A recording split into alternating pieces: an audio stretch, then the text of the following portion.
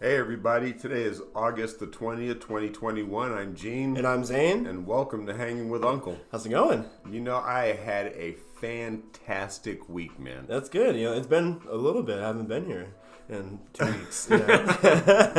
Yeah. So or a week. That's right. What were you doing last week, man? It was a little short notice, but honestly it's a big thing. But Dad invited me to go see the Cardinals-Cowboys game. And Dad's a huge Cowboys fan, and being born and raised in Arizona, I mean, it's kind of like an important thing to go do with your dad. Right. To go watch football. It was cool.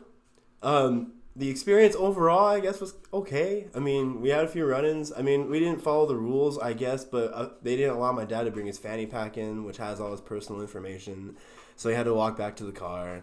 And then our water bottles were too big to go inside. So instead, we chugged them at the gate and went in. But it didn't make sense to me. That water was too big. It was sealed in a plastic bag. Well, if you bring your own, they can't make money off of it. I mean, that sounds like it. So what you paid for your water is probably 3 times what the cost is in the stadium. Oh yeah, they prefer that. It was a giant Fiji water, so I wasn't gonna allow them to just take that. Which brings me to a question, because I remember watching an interview years ago with Warren Sapp when he was playing with the Raiders. Mm-hmm. And he was explaining why he refused to play in any preseason games. He would definitely work out with the team and go through practice and stuff, but no, I'm not playing in the preseason like Tomlin, like LaDainian did. Right. Because at least at the time, an NFL player's salary was $1,000 a week during the preseason. Okay. But you were at the game. Did you get charged preseason prices for hot dogs, or was it like full pop? It was the regular season price. Yeah, so you see what I'm saying? It's, that's what gets me, and not only that, I'm sorry, I'm not trying to go on a negative. No, you're good. But no, it's cool. As a taxpayer, this is what offends me about stadiums and things like that, right? Mm-hmm. So Glendale Stadium, where the Cardinals play, has been around maybe 10 years. Right, yeah. And the taxpayers are the ones that paid for it. You get bond measures, the taxpayers pay for it. Mm-hmm. And the billionaires, the team owners, walk in for free. Rent-free. Yep. So, welfare much? Mm-hmm. Billionaires, corporate welfare? Little bit of hypocrisy going on, you think? Yeah, it's kind of silly, huh? How the millionaires are the ones who get to come in and live in something that so we pay for. You pay to build the facility, and they get the profits from it. No, that makes Yeah. What's wrong with this picture? I don't know. That is kind of silly. I never thought of it that way, but that's pretty silly. It's like they're ripping us off. When you say the rich, they get, do so much and, they pay so much. Mm-hmm. No, I'm sorry, but that's why really the one team that I've remained a fan with in the NFL are the Packers, because they're owned by the citizens. Yeah, that's what I read. They're actually all paid through the citizens. Yeah. Right. Which is pretty cool. And awesome. You have your board of directors and stuff, but citizens built the stadium. Citizens are the ones that own. Right. Yeah, that makes sense to me. So yeah, I mean it does make sense just to have the citizens pay for everything, but that's really silly that the millionaires get to just walk in and own everything else. Yeah. We kind of give it to them. But the overall experience, like the game was good. I mean, it was a preseason game. It was a little slow, but I mean, overall we watched the field goal go 3, but we weren't at the stadium. We were at Jack in the Box. Not Jack in the Box. Carl's Jr. across the street. So, it was time to go. We had the enjoyment that we needed. We talked for a bit. But it was good father-son time. Told you guys I was jealous of where you were. Yeah, I heard. I listened to the show. I heard. I felt bad. I wish you could have come in, but we only had the 3 tickets. It's all good, man. It's all good. How was your trip? So, I was in Washington this week, and actually that's kind of like, I don't want to forget, what we are kind of about here, but I brought back this indica called Birthday Cake. Yes, and it's very good. 35% on this one. It's extremely tasty, very purple, in its very leaves. Dusty looking. Yeah. Very dusty. It's very potent on the taste. It's very lush, very sticky, icky. I can feel it in my eyes. Yeah. So yeah, man, I went to Washington. I went to go visit my brother up there. He lives, in the Seattle area, and it was just nice hanging around family. Seeing my niece and nephew, and my nephew has 2 kids now, and meeting them, and they are totally adorable. I love them, and my niece's boyfriend, he's totally awesome. Cool, that's good. And my nephew's girlfriend, they're like great parents. Good. That's good. That's good to hear. I'm glad you had fun. How is Washington? Is it? Oh well, this time of year, it was very sunny. Yeah, is it hot or like humid? I think the high was about 77. It's not too bad. Tolerable. Yeah. It wasn't the gloomy time of year, so it was nice. Okay, nice to you, the people from Arizona. It was probably roasting for them. Well, they're used to it, and true. The thing is, so when you go down to the wharf, because it's on the ocean, you get breezes. Sometimes you're hot, sometimes you're cold, so you always wear layers.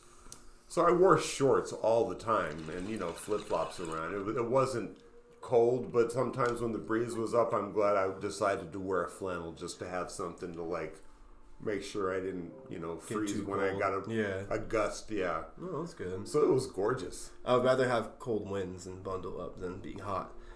I'm not a big fan of sweat, and I live in Arizona. Yeah. It's just, man, that's some good shit. Holy Toledo. Yeah. So anyway, man, we said we were gonna jump into income replacement this week, as far as helping you plan your financial strategy and use it in part of your turnkey system. So also, I want to say thank you for the first segment. Honestly, you did a really good job. Oh, thank you. Yeah, it was really good, really deep. You can actually re-listen to it and learn something again. And so, yeah, I listening to the podcast itself, it was very educational. You did a good job. Thank you. Thank you very much. Like I said, it works. Right, absolutely. Yeah. Turnkey system, like you said. So, income replacement is kind of just a fancy term for life insurance. Mm-hmm. And I want to talk about that because it is important. However, there's a time when you need it and a time you don't. Gotcha. This is something I'm not really well versed in. I don't know much about life insurance. Well, let's say somebody like you who is single, you don't own a home. Okay. There's nobody depending upon your income. If something were to happen, God forbidding, tomorrow, your income would not be lost and nobody would be out on the street because of it or lose their way of life. Gotcha. But if you're married, if you own a home, if you have dependents, then you absolutely need income replacement because then if something happens, what are they going to live on? Gotcha. Okay. That makes sense. All right. So life insurance is mainly just to continue life that you are leaving instead, right? It's kind of what I'm getting at. Like the life that you're leaving behind rather than the life that you represent yourself. How are you going to spend it when you're dead? Exactly. That makes sense. So definitely life insurance is for the living. It's for your posterity. Okay. So they can still eat and have a roof over their head and have clothes on their back.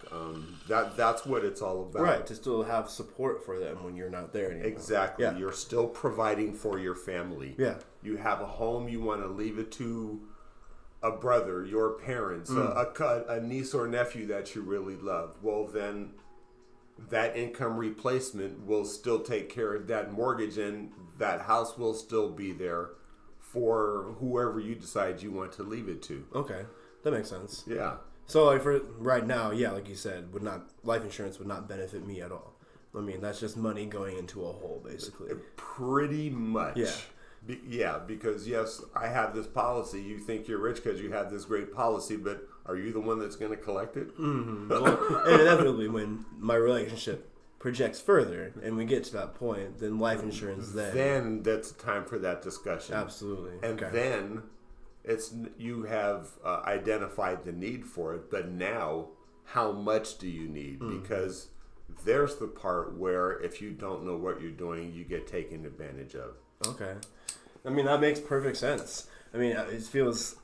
I never really thought about life insurance for myself because I feel like that's also like... It gives you that anxiety, like thinking about like the after. You know, that's a big thought for a lot of people. That a lot of anxiety goes through my head alone just thinking about it. But like... understanding what it's for mainly, like that really just brought a new light on it for me. Like that's something that the whole outlet, a whole new outlook of it, of life insurance for me. Like and at some point I'm gonna end up getting that, of course. So for a different need now.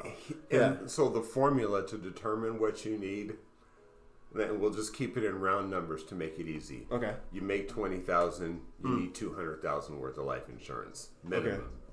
Because you invest that $200,000, you always have that large chunk of money, and you live off the interest. It replaces your income.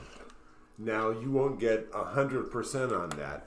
You may say, that income is maybe 6%, right? Right. But that's 40% really, if you think about it. Well, you're not using because you eat a lot more than the kids would.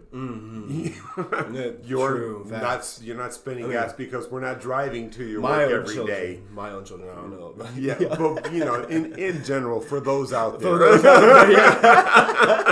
No, that makes perfect sense. Like just to be able to provide when you're not able to provide anymore. That's right. You're protecting your own. There's a need for it. But here's the cool thing. So, if you're, say, for example, like through our investing, bam, the magic, fairy godmother waves her wand, and now we get $200,000 in your account, in your E-Trade account, right? Now you become self-insured. You no longer have a need for life insurance, right? Right. That money is invested. You've replaced your income. And you're not making an insurance company rich because you're now self-insured. Okay. That's what self-insured means. That's what self-insured means, exactly. Okay. So if you're like, I'm not trying to, I don't know anybody, but like you're a DuPont or a Rockefeller or something like that, do you think you have a need for insurance? You're a bajillionaire. Right. You're self-insured. Yeah. You already have the money for it. Right. Okay, gotcha. That makes sense. That makes a lot of sense. Now, wills and stuff, that's another issue. But having the money there to replace your income for because wills is like possessions, right? That's who gets what. Yeah. Okay. So you get the house, you get the car, you get the dog, you get the rug. That's a totally different subject. Gotcha. Okay. So that's what income replacement is. That's what a need is. And I promise you, when you see these commercials on TV talking about whole life, like Liberty Mutual and all these places, don't ever pick up the phone. Do not ever have a whole life policy. Because we can get into the types of policies at another time, and maybe we'll do that next week. I don't know. We'll think about it. Yeah. But you really need to understand the types of policies that are out there and why a whole life policy is so bad. Okay. So, again, think of it like term. Like if I were to say, hey, Zane, you're paying X amount of dollars for X amount of coverage on your car insurance, right? Right. How about you pay $100 more for the exact same amount of coverage you have, but now I'm going to start a savings account for you. So you're paying for more for the same insurance. You're not getting better protection. Okay, gotcha. Does that make sense? That makes sense, yeah. Do you do that now? No. Exactly. Absolutely not. Exactly. Because what we're doing now by paying yourself, your rate of return is so much greater, and you eliminate the middleman, which is the insurance company trying to peddle this crap insurance on you. Yeah, there's no reason to start paying for life insurance now when you can do it later. They just want more months out of you, more monthly payments out of you. Exactly. That makes sense.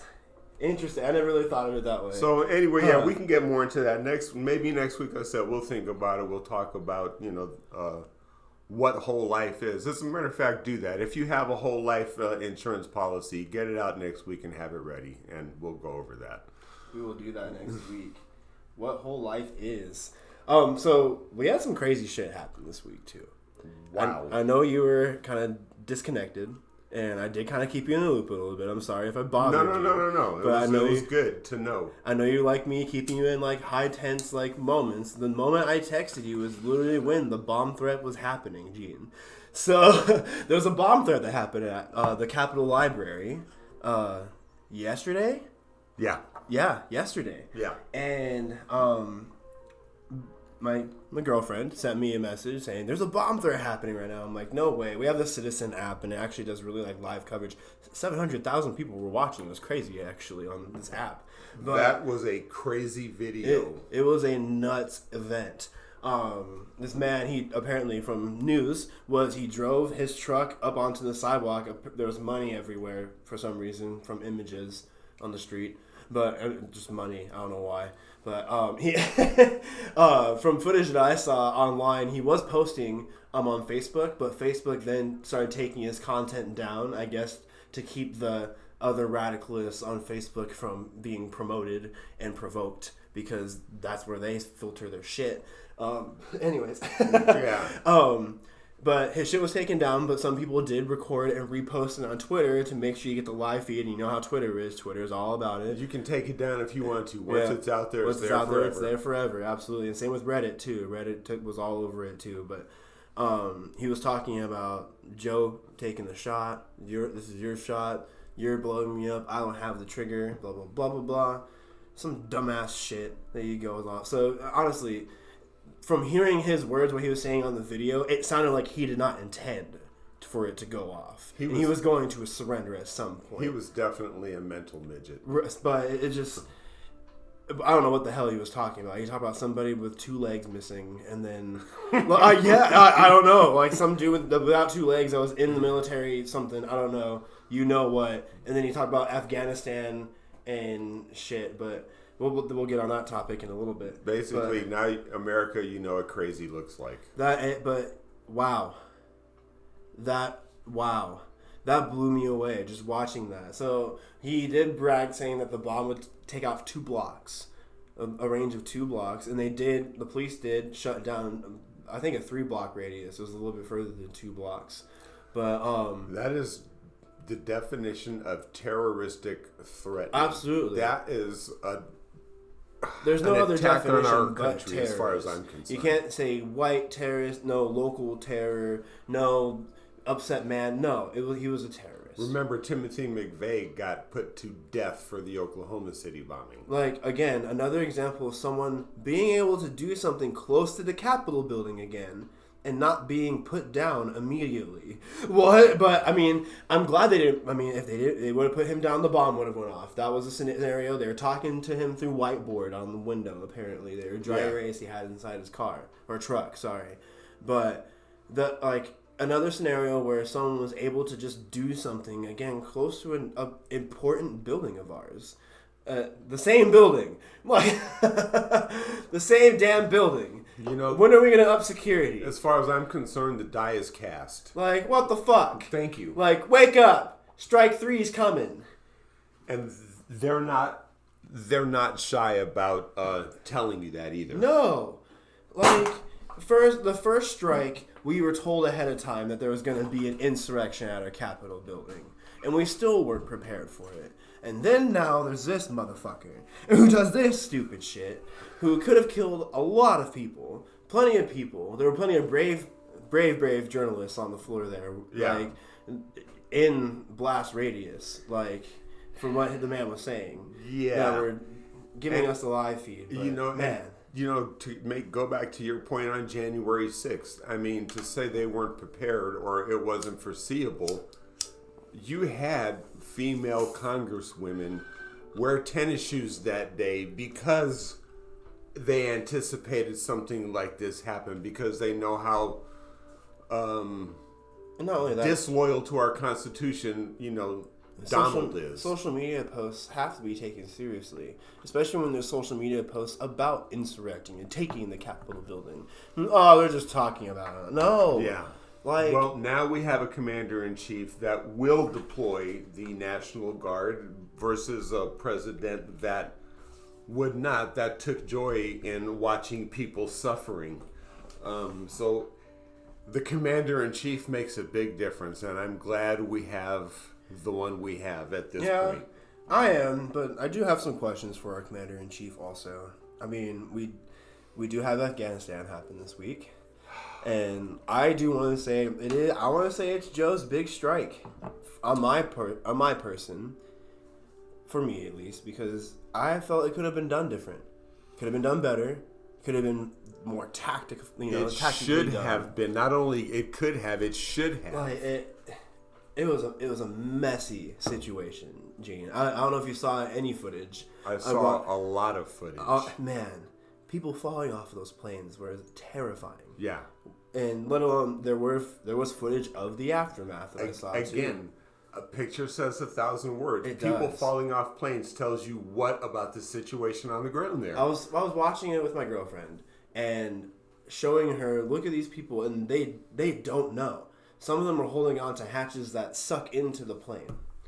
Some of them are literally just sitting on there, like the plane's gonna magically hold on to us while we go through sonic booms and turbulence. I'm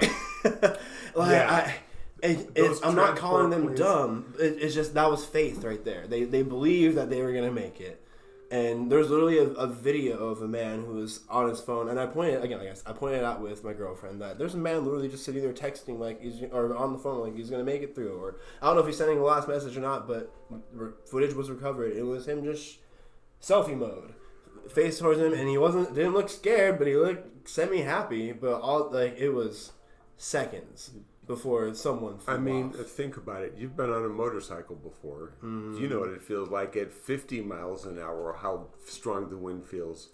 Plane takes off at like 180. Yeah. Yeah. It sucks you right off. I wish I can get some of the footage out of my head. But like I said, the compartments that suck in catch fingers. I'm sometimes they don't take the fingers. About what's going on there. But more importantly, this is really what I think was never taken into account that should have been. Mm-hmm. We've been there 20 years. Facts. Right? Right. So let's just say, for example, year one, you decide to start a family now in Afghanistan because you can now send your daughter to school. You can have a beauty salon. You can have freedom that you did not have when the Taliban was in charge. Mm-hmm. Now you have this for 20 years. You have an entire generation around the country that has lived free. Mm-hmm. And we up and say we're leaving without considering what we've done, the impact that we've had. Whatsoever. That's how I felt too. That is where Biden, in my opinion, has let me down the most. We have said the war was pointless because we knew this would happen. It's what a lot of people said. We knew as soon as we left, the Taliban would hop right in. When the big dogs leave, the small ones come in and scavenge. Dogs are natural scavengers, right? So, how the process that we did it though was not the correct process. The Afghani military didn't fire a single shot, from what I've heard. None. They didn't. We couldn't have had soldiers place themselves at the major city and have them be maybe the last ones out while they're teaching the Afghani army to hold these positions. This is what's happening. Blah blah blah. All that nonsense, right? Yeah. We could have done it differently instead of just bye, see ya. It could have been much more humanitarian. The long game should have. We even left some of our own people. Some of our own embassy people were still there. All I can say is this was very short-sighted to just say, okay, we're leaving by. Right. There was no thought put into it. I don't care what smoke the press secretary wants to blow. Right. I know. There was no thought put into this. It's strike one for me. And it sucks to say because now I kind of feel as an American, my heart hurts for the Afghani people. It doesn't suck to say that, but it sucks that my heart hurts for them. You see what they're going to go through. You know what they're going to go through. Yes. Reddit threads say what they're going to go through. There's not just Americans on there. Like, it's heart-wrenching. It hurts. Because these people were on their way to knowing what it's like to be over here. And then now they're sitting on top of planes to try to get here. And they're going to be murdered when left behind. There was a video I saw of a mother being thrown over the wall onto whatever American ship it was, with a baby being carried over the next afterwards. Yeah. Like, wow. Man. Tell me some more thought. There could have been so much more thought, Gene. You and I could have thought of a better plan. I can sit here right now and just say that we can have the troops protecting routes to Kabul of people that have proven their loyalty to the United States to help them while the United States were present in Afghanistan. What's wrong with making it a process to be like, per American, 10 Afghani come with? You know, you're my translator, your family, get them. Come in. Every unit has multiple translators. Yeah. We should not be sitting here having this conversation. No, and we should not be seeing these people die of, again, ignorance, honestly. Yeah. Ignorance. No one didn't pay attention to the aftermath. No one thought about the repercussions. No one... I mean, I agree that... I totally agree still that we do not belong in Afghanistan. And it's same.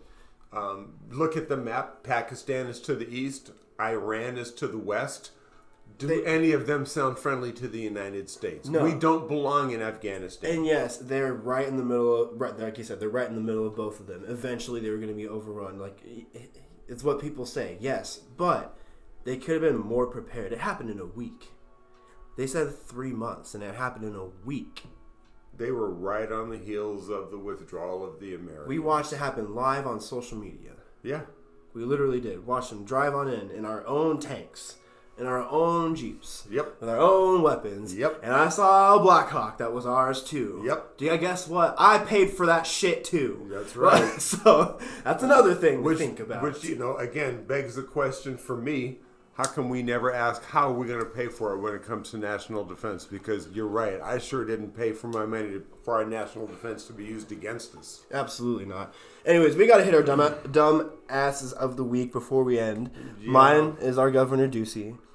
Because he's honestly holding our schools hostage right now. Schools that are going to be having mandates for COVID-19, physical mandates for COVID-19, will be restricted on funding. While schools that go along with Arizona law, cheers and joy, gets full funding. That's autocracy. That's not democracy. They're literally holding people hostage. Like, Phoenix is suing, yes, but we'll see how it goes. And Ducey's on his way out. He's going to be termed. He won't be governor much longer anyway. So, you know what? Yeah, good riddance. Don't let the door hit you. He does one thing nice and 85 more negative things. Right. Well, I'm going to stay on the theme of Republican governors. And my dumbass of the week is Greg Abbott. Oh. The hypocrite who was anti-vax, anti-COVID, keep government away from me, has tested positive for COVID. But the funny part now, he is totally backed off of being anti-mask and changed his position on his restriction of putting in mask mandates. Really? He's doubling back on it. He's backtracked on that. Wow. Yeah. I mean, at least he learned. We'll say that. He learned. He's smart enough to learn. That's what it was. He learned. Yeah, but I mean, really, how long have we known about this? But it doesn't happen until it happens to you. Absolutely. You're my dumbass of the week, Greg Abbott. Yeah, I agree.